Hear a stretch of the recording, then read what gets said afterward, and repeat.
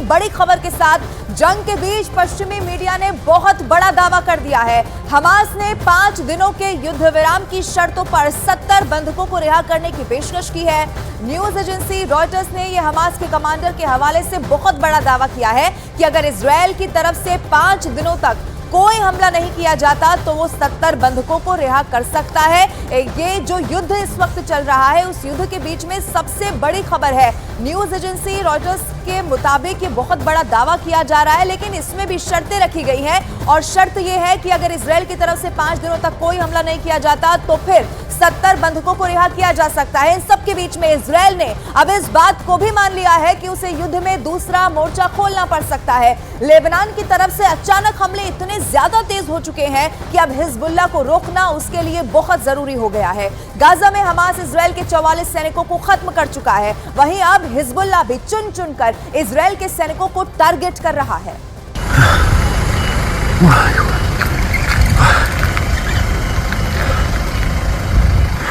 ये गाजा नहीं है, ये हमास भी नहीं है, ये है उत्तरी इजराइल। लेबनान से लगे हुए इस इलाके में जैसे जहन्नुम की आग जल रही है। इजराइल अब लेबनान को गाजा बनाने की तैयारी में जुट गया है, क्योंकि हिजबुल्लाह ने इस हमले को अंजाम दिया है। इजराइल और लेबनान बॉर्डर पर हुआ यह हमला एंटी टैंक मिसाइल से किया गया है। दावा किया जा रहा है कि इस हमले में इजराइल के कई सैनिक बुरी तरह घायल हुए हैं। अगर ये हमला बड़ा लगा तो इस अटैक को देखिए। हिजबुल्लाह के लड़ाके रमीम बैरक के पास एंटी टैंक मिसाइल फायर करते हैं और फिर होता है ये धमाका।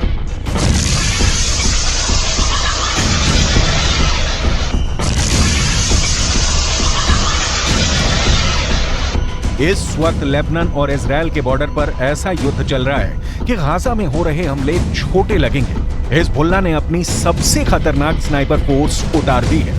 हिजबुल्लाह ने अपने एंटी टैंक दस्तों को इजराइल की पोस्ट पर लगातार हमलों का ऑर्डर जारी किया है।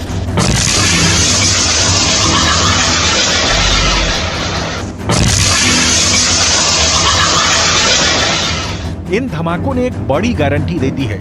इन हमलों ने साफ कर दिया है कि अब इजराइल लेबनान को माफ नहीं करेगा। इजराइल के रक्षा मंत्री की बड़ी धमकी देखिए। מה שאנחנו עושים בעזה אנחנו יודעים לעשות בביירות. מה שאנחנו עושים בעזה אנחנו יודעים לעשות בביירות. इजराइल की वार्निंग बहुत साफ है। उसने जो हाल फिलिस्तीन के गाजा का किया है, यही हाल वो लेबनान की राजधानी बेरूत का कर सकता है। यानी इजराइल ने अब जो पहले गाजा का हाल किया है, वही वो बेरूत को दूसरा गाजा बनाकर करेगा। सवाल है कि इस युद्ध में कितने गाजा बनेंगे। हिजबुल्लाह का एक और हमला देखिए। हिजबुल्लाह ने इस वक्त इजराइल की नाक में दम कर दिया है, इजराइल को दूसरा मोर्चा खोलने के लिए मजबूर कर दिया है। हिजबुल्लाह इस वक्त इजराइल के लिए सबसे बड़ी टेंशन बन चुका है, क्योंकि हिजबुल्लाह ने साफ कर दिया है कि वो हमास के लिए अब कुछ भी करेगा और वो इजराइल पर हमले जारी रखेगा।